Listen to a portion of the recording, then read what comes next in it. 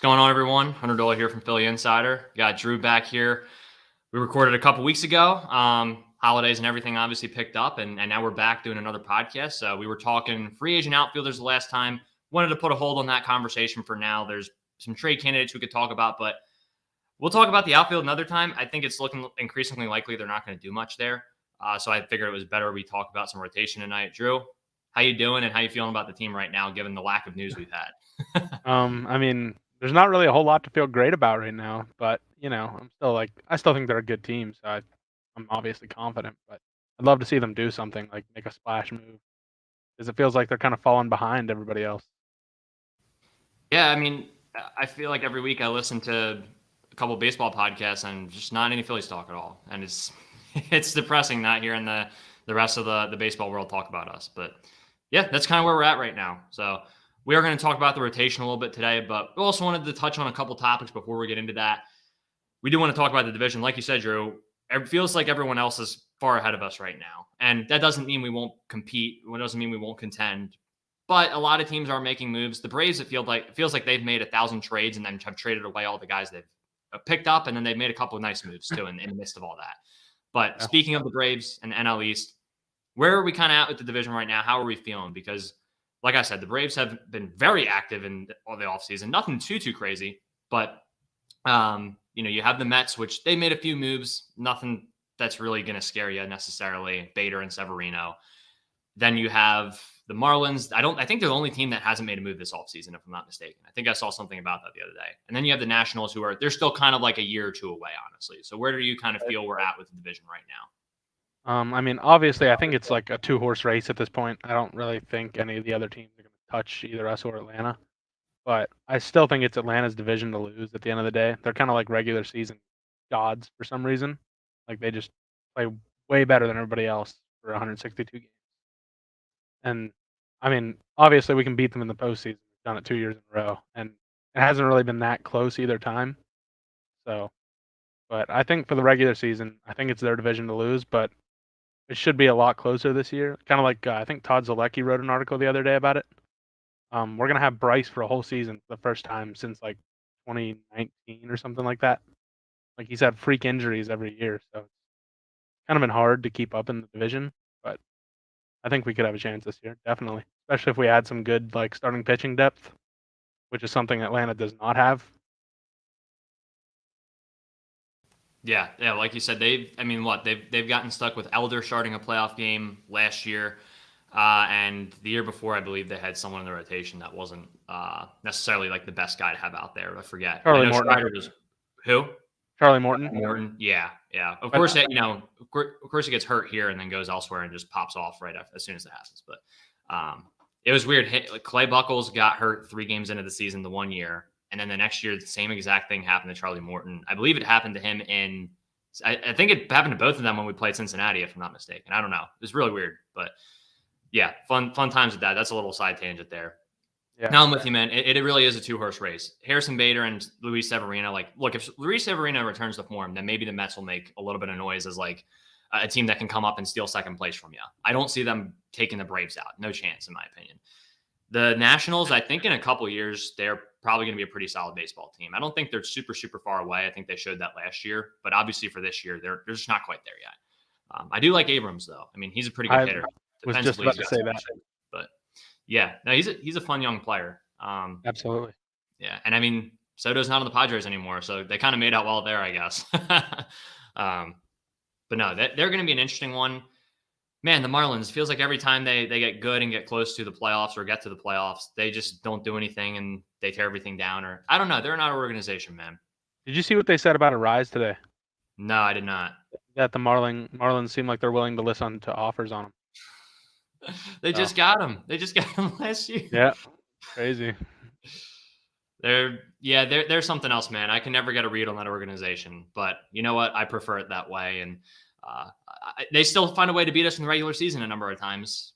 I don't know why. Not really in 2022 as much, but then this year it felt like outside. Obviously, we got them in the playoffs, but it felt like the regular season went back to our old Marlins ways. So it's playing in that park, man. I don't know what it is. Like a morgue. I don't know. Like there's never anybody there. It's like right. Totally opposite of what our home stadium is. Crazy. Yeah, it's a house of horrors for us for sure. I think a morgue is the best way to put it. But no, I'm kind of with you on the division there. And then I did want to touch on we got a comment about Montgomery too. Yeah, that would be, there's something will happen the minute the podcast ends. I'm sure that's set in stone. But yeah, speaking of Jordan Montgomery, though, him and Blake Snell are still free agents. Two left-handers still on the market, and a lot of the other big names have gone at this point. I mean, I think Bellinger's probably one of the next dominoes to fall. You've even had like Imanaga went the other day, and then obviously we know Jung Hoo Lee is gone. So even the guys overseas have signed deals, but those two guys remain unsigned, and it really is weird. It just doesn't seem like people are super hype on a guy who just won the Cy Young, and I understand why, but it's just so weird to think about that.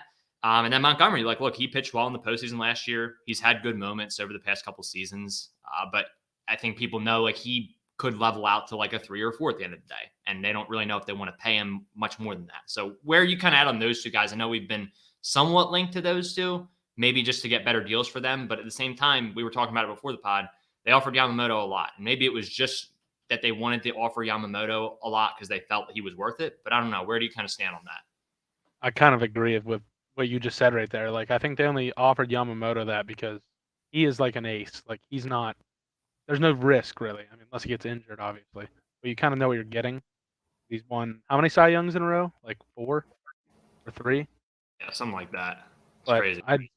I think the Snell thing. I do not trust that guy. I don't want him, quite frankly. He doesn't pitch deep into games. He's just going to destroy your bullpen throughout the season.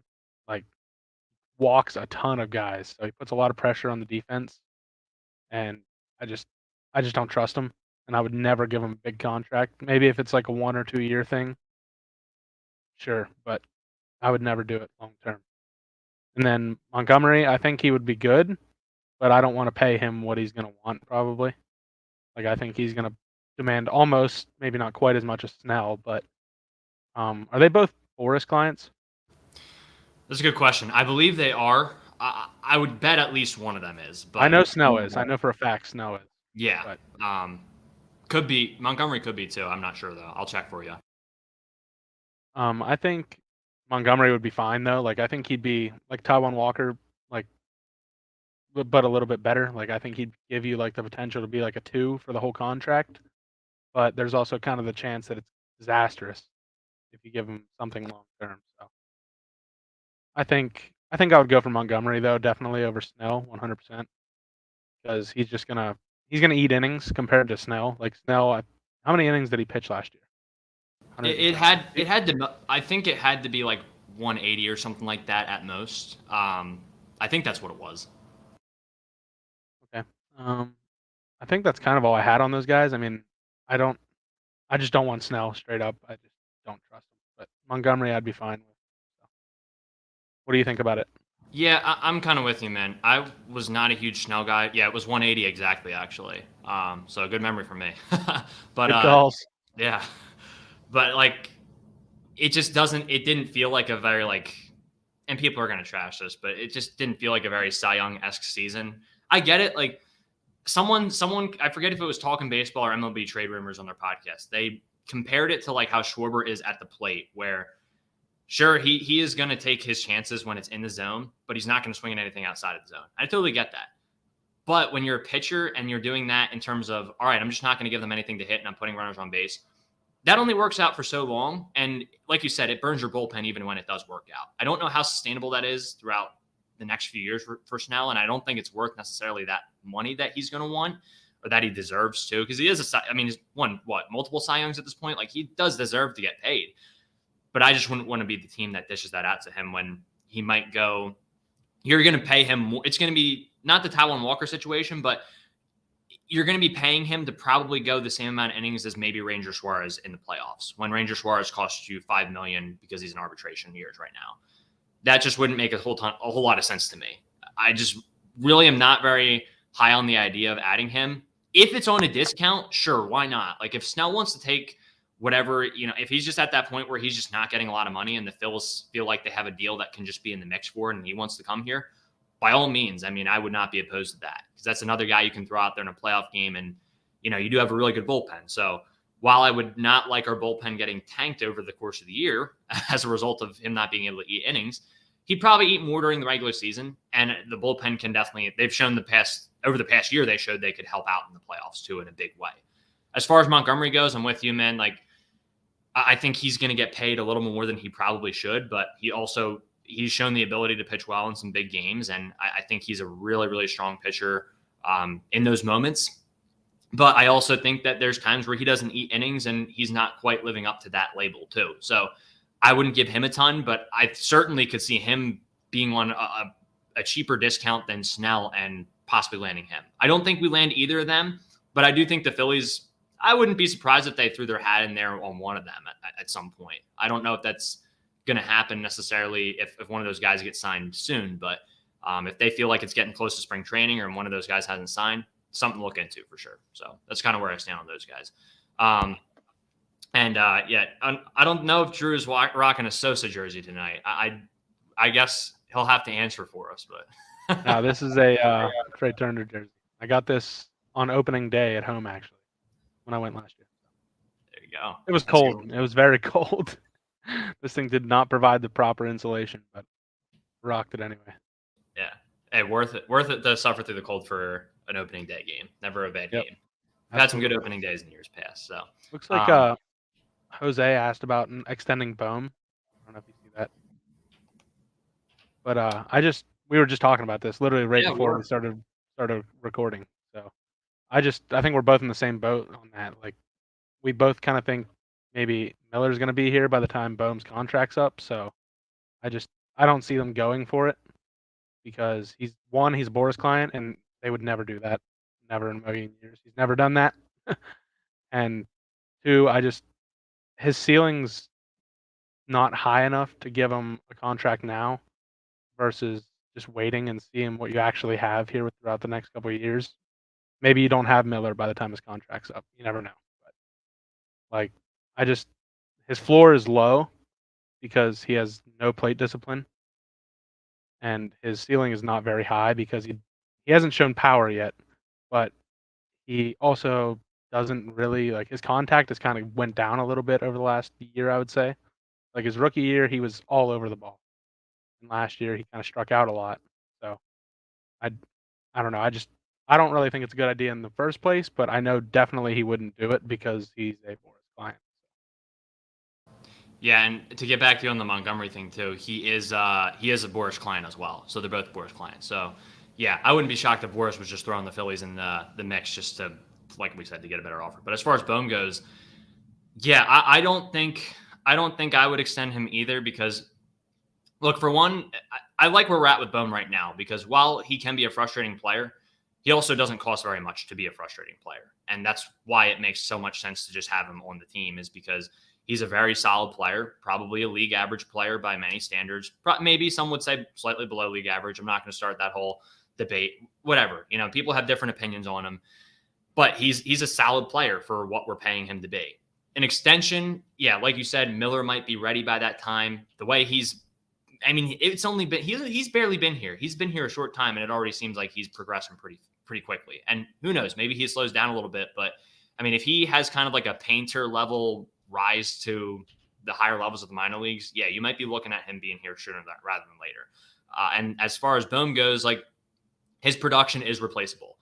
You can get that on the market somewhere. Who's to say in 2 years that he's a free agent in 2026, I think? Like, who's to say? Yeah. I don't know who the free agents are at that point. I would imagine there's going to be some third baseman out there who would be able to replace that production. I would imagine there's a trade out there that could replace his production if he doesn't come back. So I probably wouldn't extend him. I love Bohm. I think it's been a cool storyline, and I would love if he could get a World Series before he left here, just because of what he went through on that night when he made 3 errors and how he basically just said after the game, yeah, I said what I said and I was wrong for it. And it's been really cool seeing him grow to be a good baseball player. The guy had 97 RBIs this past year. That's great. He was great with runners in scoring position, but he also hit into a lot of double plays, as you mentioned. And there are times where he does lack discipline. He doesn't walk a ton. I would like to see, if he walked a little bit more, I would maybe think about extending him, just because I think that he'd have a lot more value, obviously, in that sense. But it's not quite there. So, and obviously defensively, like, he has gotten better, but there are a lot of better third basemen than him defensively. That goes without saying. So yeah, I think we're kind of at the same spot on Bohm. Merrifield, as far as that goes, I kind of like was really low on Merrifield going into the offseason. Then I kind of came around to the idea of him being like a bench piece. And then I was like, I went back down. I was like, no, I wouldn't pay him. And he's going to play second base somewhere. I still believe that too.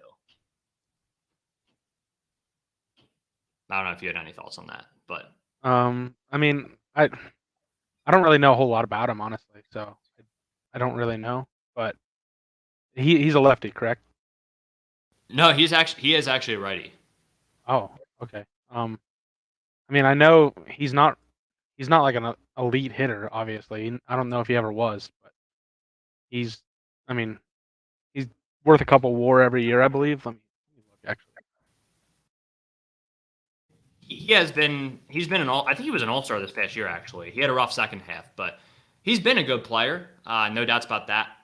He puts the ball in play a lot, but he also does chase to put the ball in play a good bit at times. And he's 32, 33-ish. He wants to play second base somewhere. I think he's probably going to play second base somewhere. I did I'm see just that not, actually. Now that I yeah, think about it, yep. right. Yeah, I remember we were talking about that last time. He Yep. can play left too. Like he can move around, but Right. I don't know. Maybe he would be open to the idea of being on the Phillies, but I don't even know if I'd necessarily like be super high on that. I'm not going to say he's going to be Josh Harrison. It just feels like a similar signing, if I'm being quite honest. Better Right. signing, but similar. Low ceiling, but like also a pretty low floor. Like just based on what I'm looking at on his stats there. And he was an all-star this past year, actually. So maybe that'll drive his price up to the point where it's not even worth it. Yeah, like I could totally see him ending up in like, especially with the White Sox. I think that's been talked about a little bit too. That just seems like a good spot for a guy like that. So yeah, our new nemesis, Jack Peterson. Shout out to him. And yeah, Jordan Hicks went off the board today. Definitely don't think he's a starter, but That's going to be a disaster. you think so? Yeah, I do. Yeah. He has no control, right? Like he's got a high walk rate, doesn't throw strikes. Yeah, I mean, my first thought when I saw the deal was like, I thought he was going to get maybe a 2-year deal or something like that because he has had his ups and downs. And honestly, like even at that price, like 11 mil per year, I probably would have done like 2 years, 22 million if I was another team. Definitely.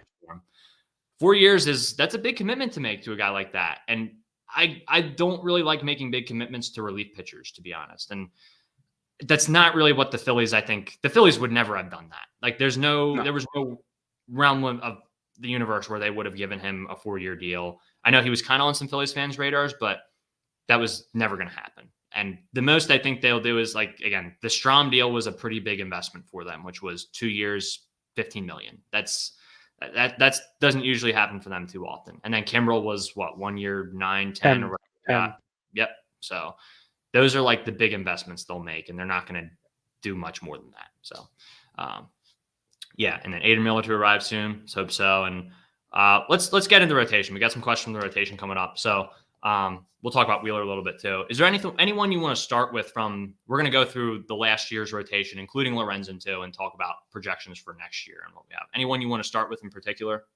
I think we can start with like Nola or Wheeler. I think we can go Nola first. That's all right. That's cool. Go for it. I think we're gonna give him grades, right? So I gave Nola a B+ from last year. I think as long as he can give up less home runs and learn to hold guys on, which he did really well in the postseason, by the way. Like I think he started doing a slide step, correct? So I think that really helped him. And like obviously, it's easier to hold guys on when you have JT behind the plate. So even if he can be a little bit faster to the plate throughout the whole season, I think he'll have a lot more success than he had this past year. And I think he really just struggled with the time, like the pitch clock. I think that just really destroyed him. And he was leaving a lot of balls right over the middle of the plate, and they were getting hit for home runs seemed like every time. So I think as long as he can keep the runners held in place and give up like 10 less home runs, he'll be back to the Nola we know. I think he has a lot more than what he showed us last year. No, I'm with you. And next year's an even year, so hopefully he's going to be back to his usual even year self, right? That's kind of what I'm hoping for. But look, he's going to turn 31 next season. We obviously just signed him to a big extension to pretty much make him a Philly for life. And for good reason. You know, I think he hit the nail on the head, man. The pitch clock, I think, was a huge part of the reason why he was not himself last year. I really, really thought there was something off with him with that through the whole year. I think everyone did. It was pretty evident that he wasn't comfortable with it. And you could see like a lot of guys got comfortable to a point where you knew exactly when on the pitch clock they were going to throw it. For Nola, I felt like, especially with runners on, it was different almost every time. And then once you got to those final 2 weeks, whatever adjustment they made to get him looking at a different pitch clock, that did wonders for him. And he was lights out from that point on until obviously the last game he pitched in the playoffs was not great, but we wouldn't have been there without him. That's pretty obvious. And he has been so good between the two clinching games the past 2 years in the regular season to get to the playoff spot and the playoffs as a whole the past 2 years. He has had maybe 2 to 3 bad starts in that whole 10, 11 game span. He's been tremendous. And even if he doesn't have a great bounce back season next year, and let's say he's just under a 4 ERA, I don't care because I know what he can do in the playoffs, and I know he's going to lock in with that crowd behind him. And I know he can also go on the road without any fear, and he's going to give us a pretty darn good start against any opponent we go up against. So he just has that big game ability. Again, I think the pitch clock, that's really the biggest thing I have to say on him is I think having now adjusted to that, let's see how a full season goes. And like you said, the home run ball, don't think he'll give up that many home runs next year. Let's hope not. He can't. And yeah, I feel good about where we're at with Nola. I think he's going to be better next year. And I gave him a B, mostly just because of his playoff performance. His regular season performance was a little frustrating. So that's why I knocked it down a slightly below a notch that you did, but we're kind of around the same range there. And I expect him to be back in the A range next year, hopefully, probably A minus. And yeah, I think that kind of covers our expectations for next year too. I think we're both expecting them to bounce back in a big way. Yep. 200 innings, 230 strikeouts, pretty much every single year. It's like the guarantee. Like if his over or under innings is over or under 200, you take the over pretty much every year. Like it's almost guaranteed. He never gets hurt. He posts every 5 days. He's the most reliable or second most reliable behind Garrett Cole in the entire league. Like it's so valuable. 100%. No, the durability is something that I think people don't appreciate enough because there are guys who eat innings. You can go out and be the Cardinals and you can go get a Kyle Gibson or a Lance Lynn. But then there are guys like Aaron Nola who effectively eat innings and actually can turn in big performances for you. Big difference between those two. And I really think we're going to get that Aaron Nola next year that we didn't really see this past year. But again, even this past year, like you said, he threw over 200 innings. I think he did. I think it was like, if it was not 200, it was like 190 something. Exactly. He's right around there. So Nola again, it's so valuable having a guy like that who we know is going to go deep into games. And that's another thing is even if you struggle early in the game, to have that mental awareness and mental ability to be like, all right, you know what? I gave up 4 runs. I gave up 5 runs, but my team needs me. We need to get through 162 and we need to get through today. I need to still go 6, 7 innings in this game if I can. And just to lock in there and your offense gives you some run support. There's not too many guys who can do that either. So credit to him. I don't really have much else to say on him. I thought Nola was unbelievable in those first couple playoff starts. And even in the last one, it didn't really matter because he didn't get the run support in that game. The offense was not scoring in game 6 of the NLCS. For whatever the reason, I don't know. But that wasn't going to matter. So anything else you want to add on Nola before we move on to the next guy? Nope, I think we're good on that. Cool. Somebody asked a question about Chris Sanchez, so I think we could just bounce right to him real quick. Yeah, I'm down for that. Yeah, and Sean says, I'd really like to see Christopher Sanchez push to keep the 5th starter spot in spring training. I think the kid can develop. Yeah, man, I think we both talked about it a little bit from when we started the pod and when we were just talking about the pitching in general a little bit. The development Christopher Sanchez had this year was pretty unexpected. And I was looking into it a little bit more today, and I still couldn't believe how good he was last year. I mean, 2 of his pitches, the changeup and sinker, were like off of advanced data, were 2 of the better pitches of those kinds in baseball, especially the changeup. That was like he had unbelievable success with the changeup this past year. I couldn't believe it. The guy turned 27 in December, so he's still young. I don't think people understand how valuable it is to have a guy develop like that when he's still pre-arbitration too, and you can get more than back end production out of him as a back end guy. It's pretty insane. So what do you got on Chris Sanchez, man? He was awesome last year. I think like a big, like, what's the word for that? Like a branch off from him is like he has no more options. So he's either in the rotation or he's in the bullpen being a long man. So you kind of need him to be what he was last year, and then maybe even a little bit better without. If he didn't give up home runs, I swear his ERA would have been like 1.5. Like it was ridiculous. The only runs he gave up was home runs, and it was pretty consistent. So I think if he gives up less home runs, he's probably going to be like a number 3 starter roughly, because he has that huge potential with those nasty pitches. The changeup will get anybody out. Left hand, right hand, doesn't matter. But my only worry with him is that was his most innings in a season, 150. So you have to kind of worry if he goes too far over that, which he shouldn't. But I think he has great potential. I gave him a B plus for last year because you basically had no expectations for him. He was kind of like a lot afterthought until he came up and started pitching. So Like you said, Drew, he threw 150 innings last year. Before that, I went back and looked. He hadn't thrown over 100 between AAA and MLB combined at any point in his career or right, any season in the minor leagues. So that alone, like how much he pitched last year, was pretty impressive. He also threw 2,300 pitches. He had never thrown over 1,600 prior to that in a year. That's not easy to just come in there and do that and then do it as successfully as he did. You don't see that too often. And he walked 4% of hitters and had a 57% ground ball rate, which were both like top 5% marks in the league. Like you said, the changeup, you can get anyone out on that. 148 batting average against and a 40.6 strikeout percentage on that pitch. Unreal. And I believe his changeup was second in vertical movement and also eighth in horizontal movement. And then you have a sinker, which was 13th in vertical movement and third in horizontal movement. So when you have those two pitches that are playing off of each other and the hitter can't just sit on one of those, especially can't sit on the changeup, that's really tough. That's a really tough approach to like, I don't know how you build an approach to try to hit that. You kind of just wait and see if you can hit the slider, honestly, at that point. And, there was times where that pitch did scare me a little bit. It's definitely not his best pitch, but it's another pitch to mix in there. It's not a bad pitch by any means, but it just hangs a little bit longer than I'd like it to. And overall, I mean, that pitch, I don't know if that's going to be too effective against righties per se. Like that's my concern there. But again, he's not going to be using it nearly as much as the other two pitches. So it's really just kind of a change of pace pitch. And yeah, like he's going to give up hits off of the sinker. That's just baseball. You're going to give up hits off your fastball. And guys are going to get lucky hits too, especially that's not really a punch out pitch for him. He's not going to get a lot of swings and misses off of it. Goal is to get weak contact. So you're going to give up some singles from time to time. But I still thought that was a really good pitch for him this past year, playing off the changeup, as I mentioned. And obviously his playoff start did not go perfect. It wasn't great. And he could have helped himself if he was a little more aware on that double play ball. That happened. It's going to happen when you don't pitch for 2.5 weeks. Yeah. That's not an excuse. That can't happen. You just got to be mentally aware there, even as a pitcher. But, it's not a huge deal in my opinion. It is a big deal, but it's not something where I look at him and say like, oh, it was a lack of effort or anything, just happened. Sometimes that happens in a big game. I don't know, but I'm not really going to I think the point I'm trying to make is I'm not going to make a big deal out of his playoff start because it's his first playoff start.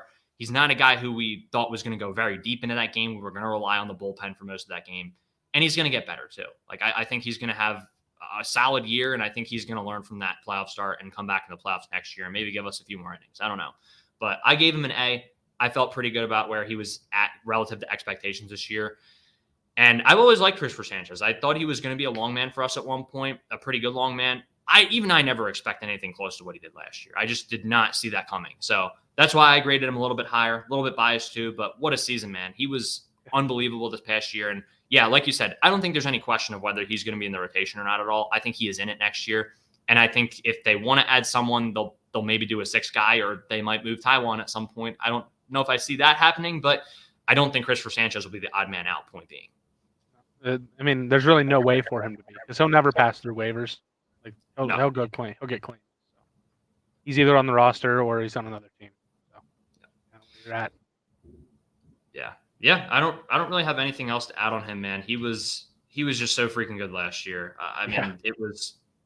It was nutty to watch. Like I think every start we watched him as it progressed, it was like, all right, is this going to be the start where he comes back down to earth? And he'd have one of those starts every once in a blue moon, but then he would go on another run after that and just pitch extremely well. So I was very, very impressed with what he did. Yeah, I don't know what we would have done without him. He was so impressive. His Ranger got hurt, right? Yeah, he got hurt a couple points last year. Start of the year, and then in August he got hurt too. And that's when Sanchez came up, correct? Yeah, around that I think. Yeah. Yeah. It was he made his first start against Oakland in July. That's what it was. And I was surprised at how well he pitched in that game too. Yeah. No. You were speaking about 6 men, so I think we could bounce and go back to Michael Lorenzen. Yeah. Yeah. That's a perfect transition there. Um, yeah. I mean, great guy, right? Like, it's not usually a good thing when you have to lead off like talking about how great of a person they are instead of a player. Like, I'm not going to trash on him too much because, look, I think after the no hitter, like his rhythm was kind of thrown off.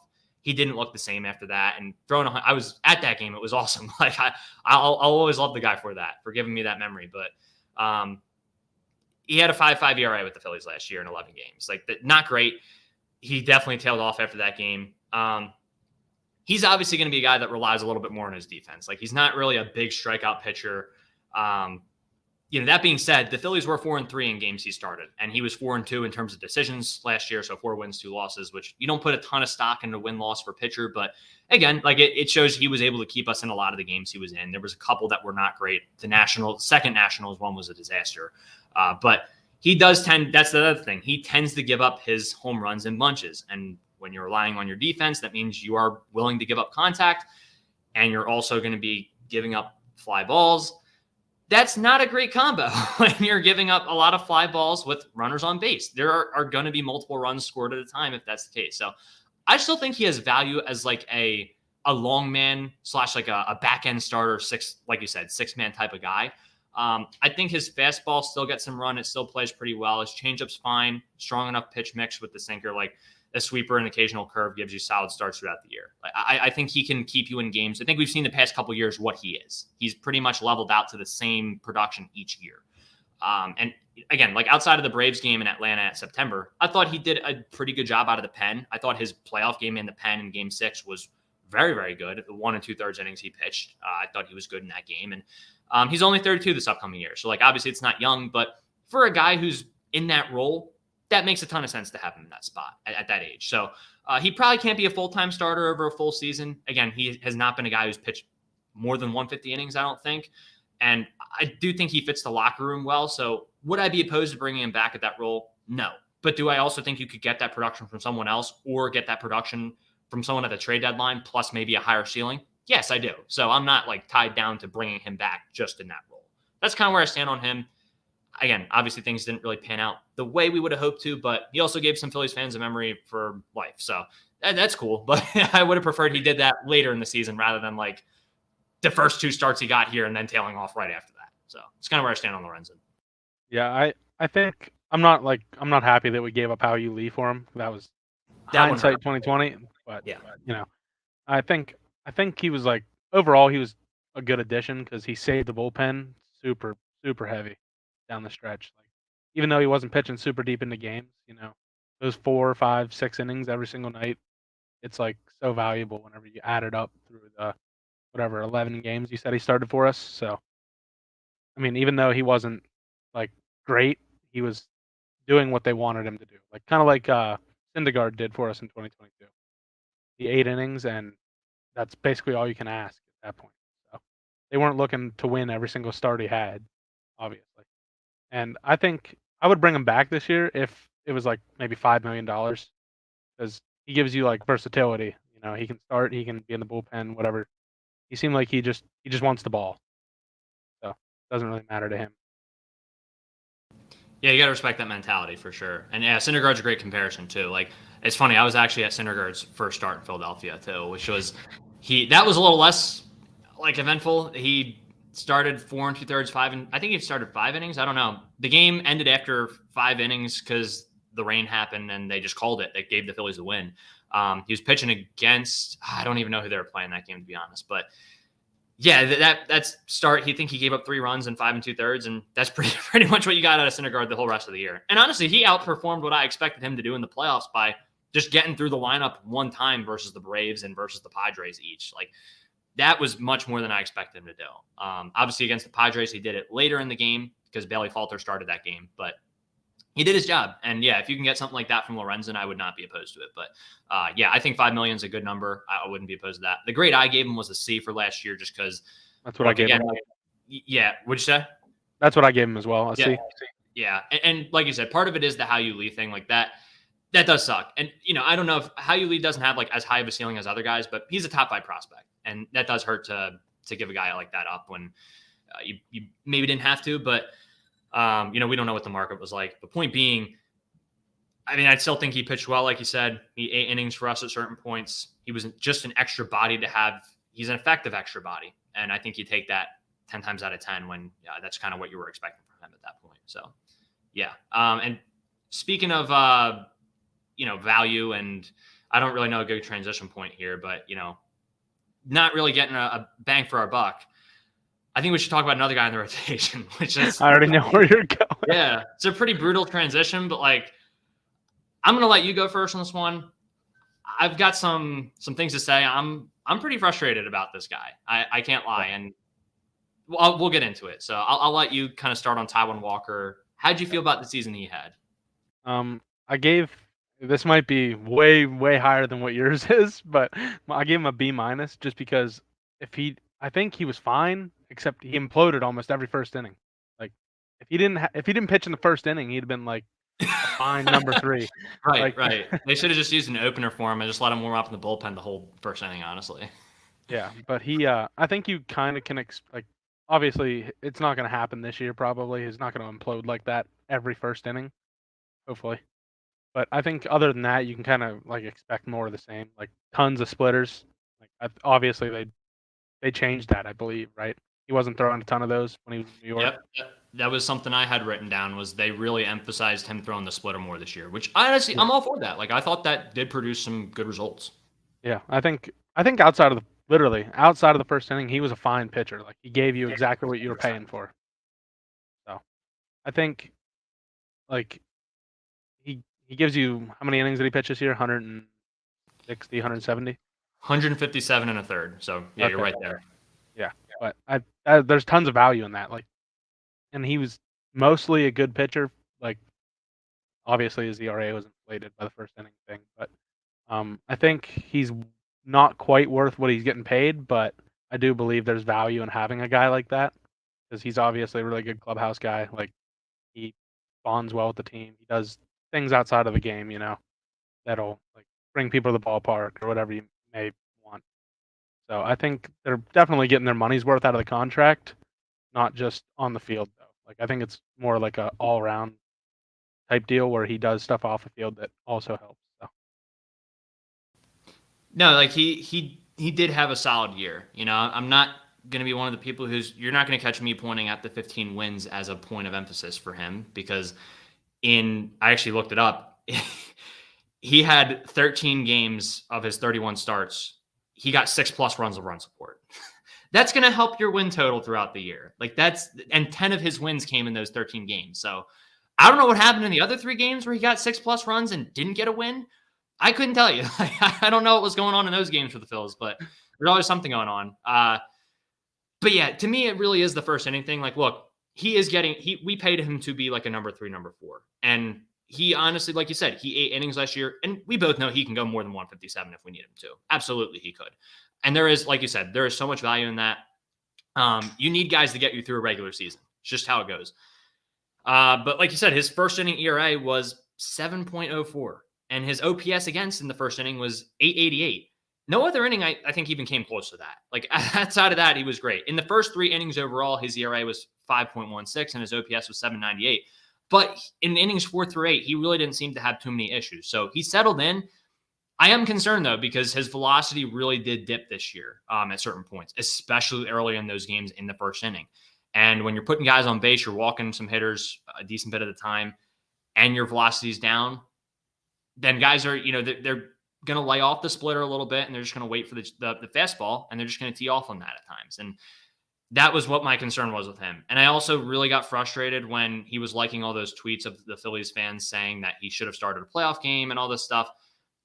First inning ERA that high, and the fact that he was walking that many hitters and his velocity was down, those 3 things are a recipe for disaster in playoff baseball. You cannot afford to go down in a 3-0, 4-0 hole at that point. So for one, it frustrated me that people were saying he should have started a playoff game when Christopher Sanchez earned that throughout the year and pitched much, much better.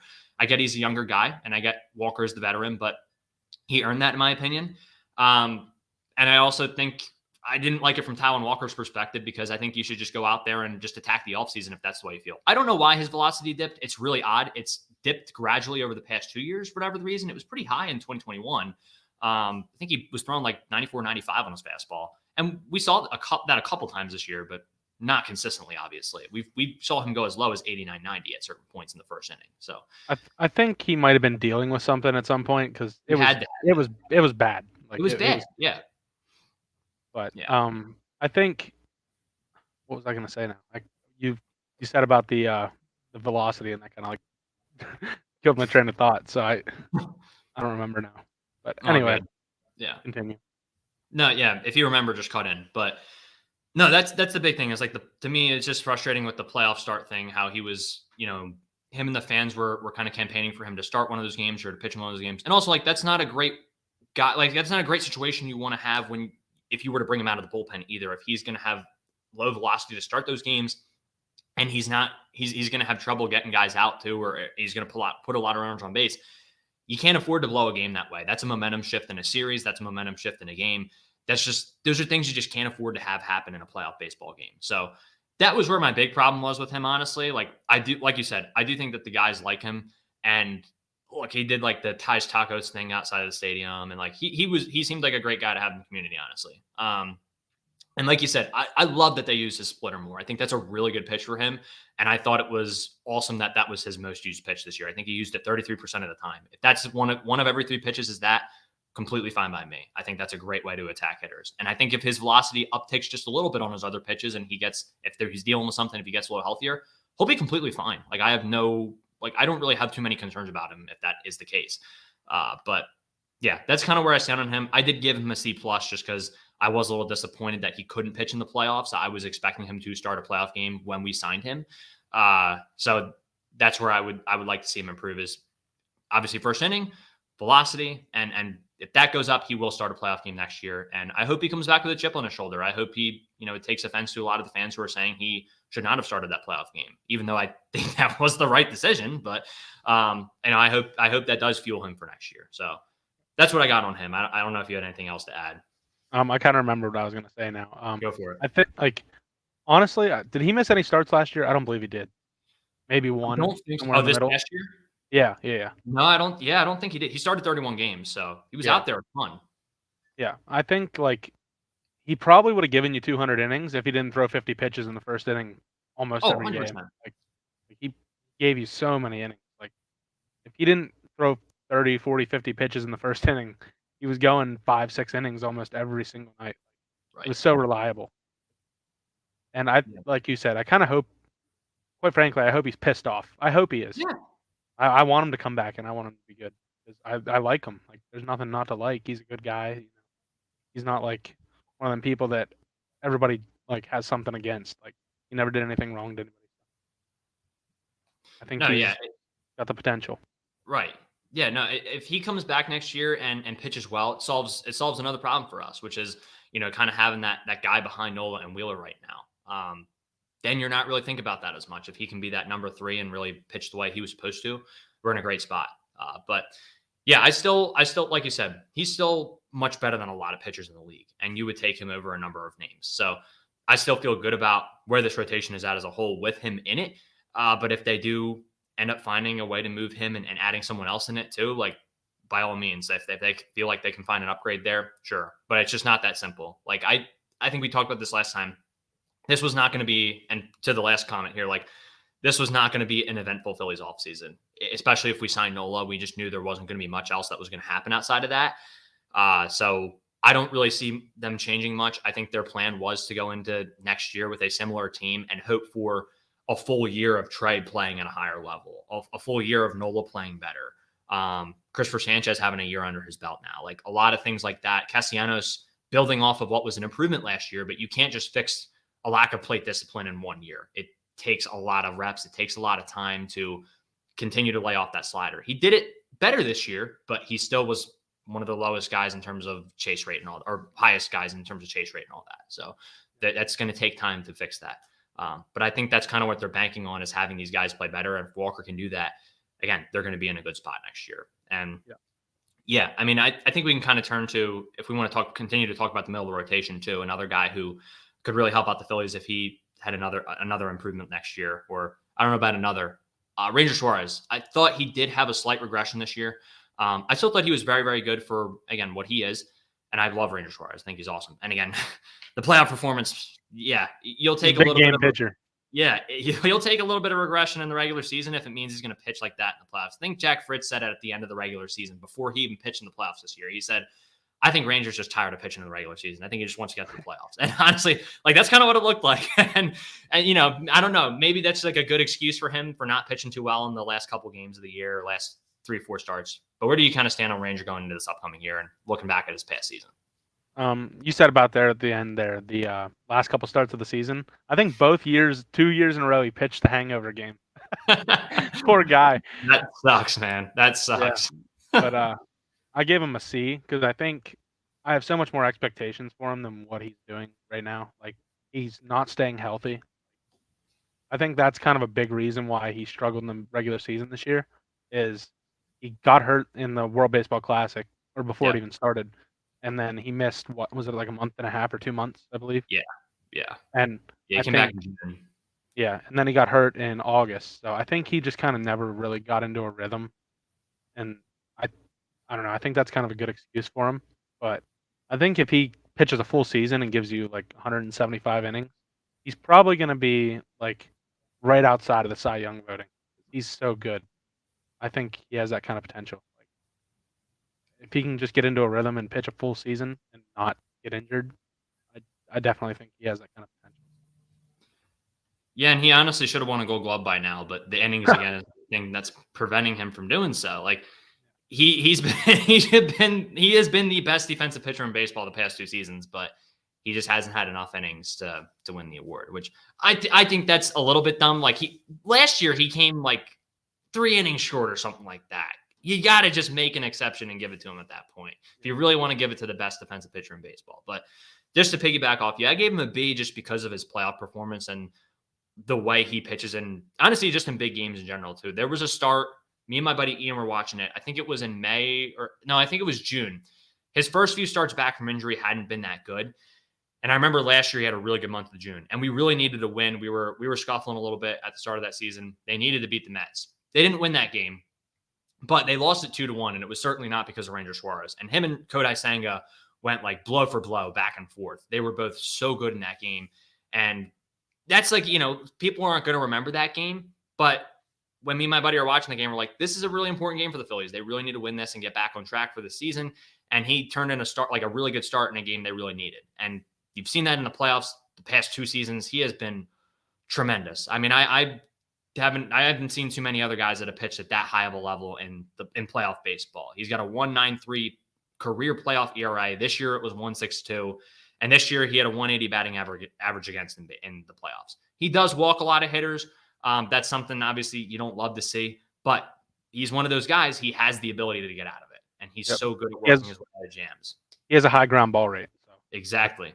That's exactly what you want if you're going to walk a lot of guys.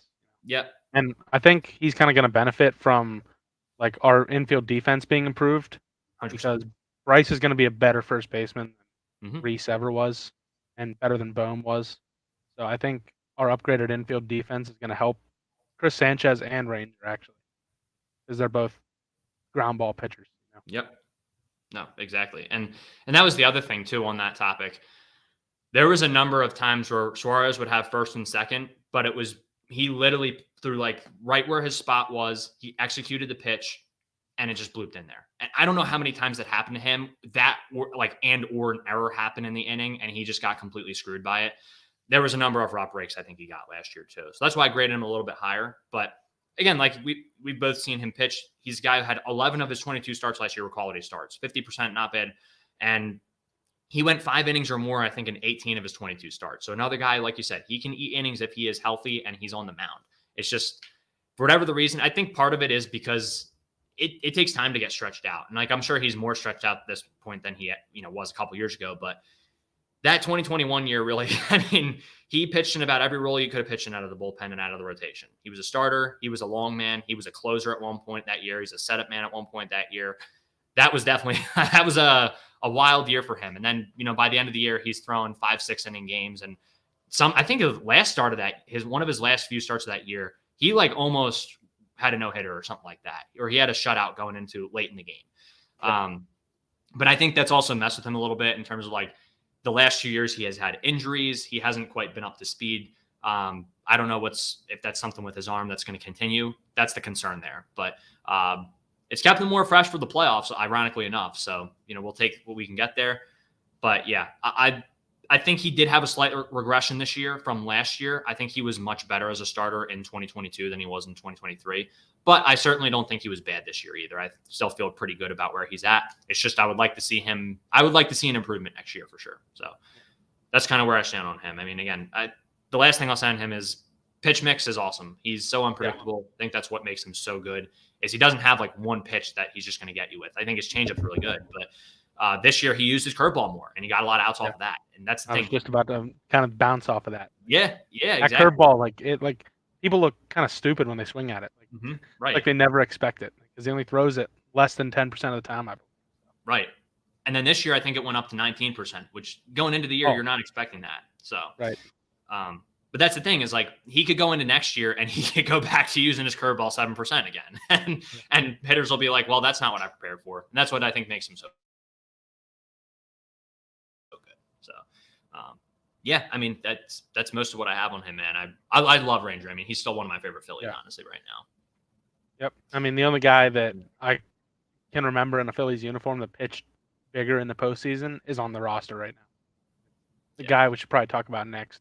Yeah, literally. Well, him and Cliff Lee, right? Yeah, true. And Roy Halladay, I guess. Yeah. But no, yeah, Wheeler, man. Oh my gosh, he's so good. He is so ace of aces. He is so good, man. I love him. And honestly, like this year wasn't even his best year. And yep, I gave him an A-. Yeah, that's what I have him at too. Exactly. Like, yeah, go for it. I don't really have much to say on him, man. I'm curious to hear what you have to say, but like his fastball is just. I mean, that alone is just so good. I mean, not that his other pitches aren't, but it's just he's just so good. That's all I have on him. Yeah, he's the best. I mean, he's easily a top 5 pitcher in the league. I don't know if you saw that bogus list that MLB put out the other day, but it was terrible. Let me. I think they had him. I wish I had it. Oh, here it is. Yeah, he got ranked behind. Let me send it to you. I'll talk about it here in a second as soon as I send it. There you go. It should be in your DMs. But okay. I gotcha. I mean, there's really nothing to say other than extend this man. It's like there's probably more in the tank than what we've even seen. Like especially this past year, like he could easily go out there this year and win a Cy Young, no question about it. He doesn't walk guys, strikes a ton of guys out. Like he limits base running. Like, did anybody steal a base on him this year? I'll get back to you on that. Real quick though, that list is pretty egregious. Blake Snell over that guy? No, thank you. And I'll take Justin Verlander? Yeah, I'll take Zach Wheeler in a big playoff game over those two guys any day of the week. Yeah, that's pretty terrible. But I don't know. There's nobody I trust more. Like maybe Jose Alvarado, but like he's such a big game pitcher. I think he could win the Cy Young this year, no doubt about it. But I definitely need them to extend him. That's pretty much all I have. They got to extend him at some point. I mean, I think that goes without saying. So he had 4 caught stealings when he was on the mound, and there was only 3 stolen bases. So guys were sub 50% stealing against him last year. That's pretty incredible. No, he's such a good big game pitcher. And honestly, like, look, the Game 7 is going to be one of the worst memories we have as Phillies fans for years to come. The only Game 7 in Phillies history, ironically. And, of course, it has to end that way. But seeing him come out of the bullpen in that game and pitch the way he did, it's incredible. I mean, that guy there's nothing he can't do in the playoffs, in my opinion. There's nothing he can't do throughout the course of the year that anyone else can do. Like, I think he's right up there with, like, some of the best in the game. And I agree with you. I think he's going to win a Cy Young before he's done in the Phillies uniform. You and me were both at the Halladay game a couple years ago, the retirement game, which, like, that's an unbelievable memory to have on that day, like, for him and for that whole city, the whole team. Incredible. He just lives up to the moment every single time he's on the mound. He gets so many strikeouts. And again, like, if he's going to struggle to start the year, fine. I could not care less how he does in April and May, or if he's not healthy in April and May, and that's his, or if that's his spring training, go have that be your spring training. I do not care, because I know as the year goes on, he's going to step it up when he needs to the most, and he's going to kick it into gear in September and in October especially. It's just there's just not many guys you find like that. You can't take it for granted, because as a Phillies fan, we got to watch a lot of those guys growing up. We're used to it, but not every team gets that, and not every team has a pitcher like that in the span of 20 years. Honestly, like there's just not many guys like a Zach Wheeler, and the fact that we look back on that first contract we gave him, and that looks like a massive underpay now, and that like we made out well on that side. People weren't saying that when he signed that deal. That was not the talk. He was coming off like his first season after Tommy John, correct? Yep. So like it's probably like a top 5 value contract in the entire league. Like it's ridiculous. Right. Yeah, no, you're 100% right. I just like I don't know where this team would be without him the past 2 years. You can say that about a number of guys, but they would not have been in the playoffs without Zach Wheeler, and they would not have made it as far as they made it in the playoffs without Zach Wheeler, because he's been awesome. I wish they had won a few more of his playoff games. Like that, he's unfortunately been caught on, especially in round 2, he's been caught on like that second game where it's like, well, the Phillies already won game 1. The trend here is that they're going to lose game 2. He's been caught on those some of the time. Definitely not his fault we've lost those games, but he's also pitched some awesome games. And honestly, the one that I remember, there's 2 that really come to mind for me in the playoffs for him. It's the game 1 against the Padres in San Diego, where I think Schwarber and Harper hit home runs, but we didn't really score a whole lot in that game. And Alvarado made it interesting at the end, or Bohm, I should say, when he overthrew second base. But Wheeler pitched awesome in that game. And then game 6 of the World Series, where unfortunately, obviously, that was the game we lost against the Astros, he pitched his heart out. And debatable decision to take him out at that point in the game. I understand it. It is also frustrating. You want to leave your guy in. And it's just like those 2 games to me are like, that's the Zach Wheeler we know and love. And the World Series one I mentioned specifically because it felt like we were going to lose the series at that point. It felt like we were down and out, but he went out there after we thought he had dead arm along with Nola, and he gave us every last ounce he had of that season. There was nothing left in the tank at that point when maybe there was, I don't know. Maybe he got taken out early, but like that he left nothing on the mound. Like there's nothing he should regret about that game. So that's the type of Zach Wheeler that we know and love. And that's what I think you can expect. And that's why I think you pay him whatever you need to pay him to keep him here for the next few years. Because I think that's a type of guy that success is going to be sustained into the back half of his career. I feel very confident saying that. Yeah. I mean, I like talking about World Series Game 6. Like, I live and die with that. You go to your best guy, and if they beat you, they beat you. And that's what happens. So, just unfortunate. Yeah, it sucks, man. It sucks. And I hate talking about it. Yeah, like it's like you said, like Alvarado's that other guy too. Like if there was any other guy who was going to pitch that moment, it was him. But like even him, just to not even to bash Alvarado, because I love Alvarado. We'll talk about him in the bullpen portion of the series, but just to pump up Wheeler a little bit. Even Alvarado, who is like the next ace type of guy on the team, not from a starter perspective, but just the guy you want in the big moment. We know he can get a little wild sometimes too. There's times where he just doesn't have it on certain nights, and playoffs, that hasn't been the case too often, but Wheeler, that just doesn't happen to him in the playoffs. He is just locked in from pitch 1. And even the second game against the Braves this year too, where he had a no-hitter at like one point throughout that game. Another game, sucks that we lost that game. Still won the series in great fashion, but like that game, I remember seeing him go out on the mound. I was like, oh my gosh, is he ever locked in tonight? I've never seen him like this honed in. And that's the thing, is he has the potential to do that every time he's on the mound in the playoffs and in the regular season too, except against the Nationals. Let's hope we never play the Nationals in the playoffs. I don't know what it is with him against the Nationals. Like he's got some sort of kryptonite against them, but yeah, I don't know. We won't talk about that. We won't talk about that. He doesn't have to work. That's why that's only a regular season game. So, but if there was ever the definition of a big game pitcher, that's your guy. Yeah, absolutely. No, I'm with you, man. I'm with you. So we both gave him an A-, right? Yep. Yeah. So, but yeah, I mean, that's everyone in the rotation. Do you want to just wrap up kind of overall, like just thoughts on the rotation from last year and going into this year? I think we both talked about it too. Like our rotation is really good, man. And absolutely, it's not going to get the recognition from the national media that obviously the Dodgers will now with Yamamoto, and Glasnow, and it won't get the recognition that other rotations will with the star players. but I think it is it's more well-rounded than a lot of rotations in baseball. And that's what makes it so good. And I think one of the biggest things is, again, I kind of hinted at this. You have Ranger Suarez making $5 million, and you have Christopher Sanchez in his pre-arb years. And those two guys are both really, really good pitchers, and they have so much potential.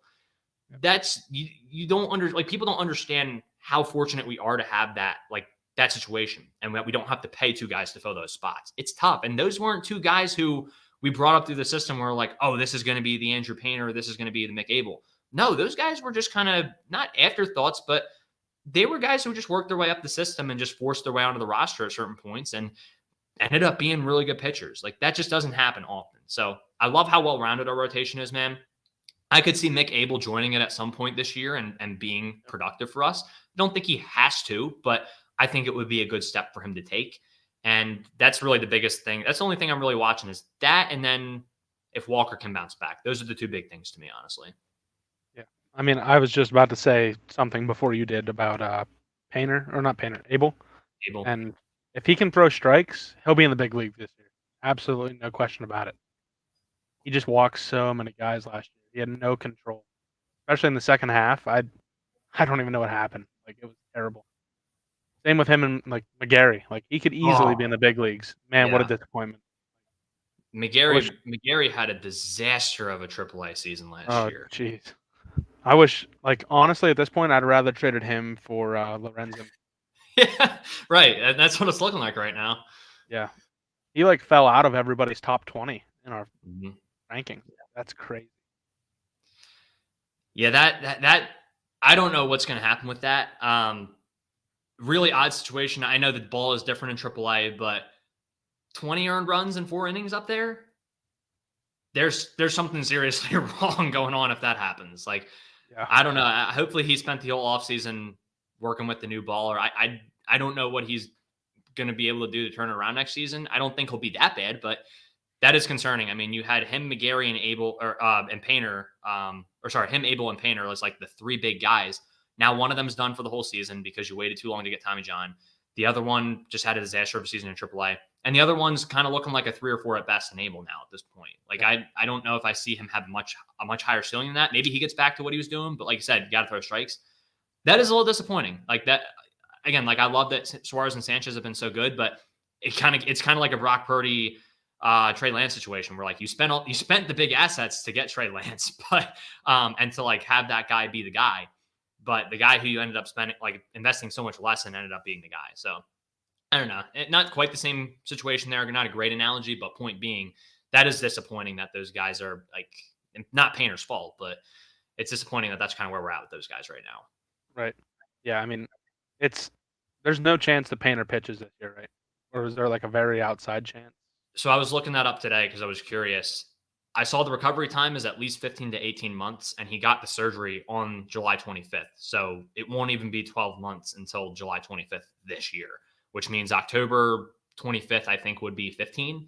So at the earliest, he would come back in the World Series, which he's not going to pitch at that point. They're not going to force him to pitch his first major league game in the World Series. Wouldn't that be crazy though? If he comes in like to close out the game, that was like I that's what I thought about this year. I was like, look, if I don't know if like at the end of the year he's still going to be a starter, but if they can manage his innings and if he can be good to go at the playoffs, like and be a bullpen guy, that would have been fun to watch in my opinion. Just having him as a 1 inning type of guy. Oh my gosh, but if they just gotten the surgery from the jump, and I know it's easier to say that when you're not involved in the situation and you want the best case scenario, but if they would have gotten the surgery from the jump, and then he could have potentially like gotten some reps at the end of this year, even if just in the minor leagues too, that would have been awesome. It just kind of sucks that they danced around with it and then tried to get him to every time they tried to get him to ramp up, something happened, and that should be an indicator that it's just not going to work out this year. So. Yeah, I don't know. Any other thoughts on rotation? Nah, I mean the Painter thing. Like I understand the mindset they were in. Like they were trying to play for that year, which obviously that's what you do in the MLB. But like you got to kind of think about the future at some point. And it didn't seem like they did that until the very last second, unfortunately. But I mean, like you said, it's way easier to judge from our shoes. Yeah, sitting here on our couches. But I mean, obviously he's still going to be Painter, so he's going to come back and he's going to be electric just like he was before. But think he's still regarded as what, the first or second best, maybe behind Paul Skeens, a Right. pitching prospect in all of the league. So Yeah. Yeah, it's kind of crazy. Paul Skeens is probably going to pitch this year with the Pirates, which is just like I know he went to LSU, but I mean he's already really really good. So that's gonna be fun to yeah, watch. It'd be fun if we got him and Painter matched up in a playoff game like a few years down the road. That would be pretty electric. yeah.